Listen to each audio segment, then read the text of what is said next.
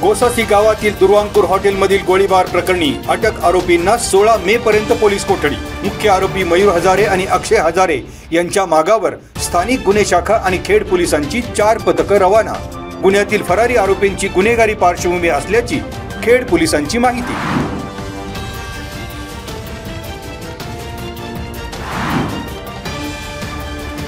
बेपत्ता झालेल्या 16 वर्षाच्या मुलीचा विहिरीत आढळला मृतदेह।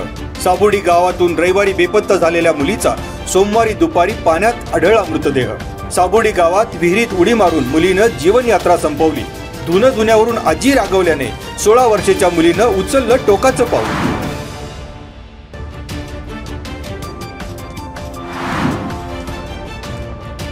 राजगुरुनगर वन परिक्षेत्र अंतर्गत शिरोली, वाशेरे, बीबी, खेड, टोकावडे या 5 वन परिमंडळात प्राणी गणनेसाठी 10 माचान।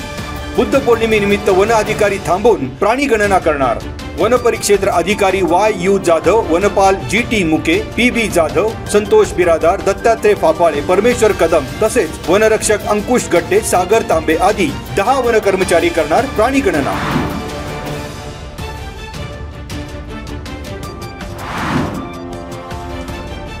गुटखा बंदी असतानाही म्हाळुंगे गावच्या हद्दीतील साक्षी किराणा दुकानात सापडला गुटख्याचा साठा। मूळ उत्तर प्रदेशातील असलेला 18 वर्षीय परप्रांतीय प्रिन्स कुमार राजेश कुमार अग्रहारी याच्यावर कारवाईचा बडगा।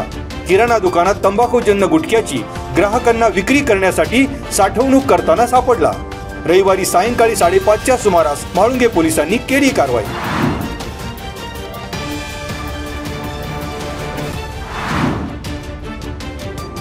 तीस 35 वर्षानंतर सांगुर्डी ते इंदोरी रोड रस्त्याचा प्रश्न मार्गी।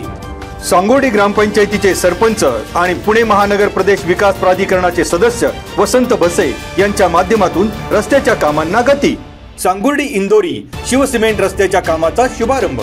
घनकचरा व्यवस्थापनासाठी घंटागाडीचेही आमदार सुनील शेळके यांच्या हस्ते लोकार्पण।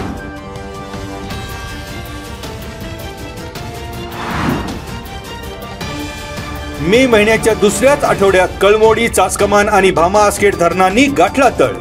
चासकमान धरणात 9.49% पाणी साठा, भामा आसखेड धरणात 16.17% पाणी साठा शिल्लक, कळमोडी धरणात 23.62% पाणी। चासकमान धरणातून कालव्यात विसर्ग आणि भामा आसखेड धरणातून अजूनही विसर्ग सुरूच।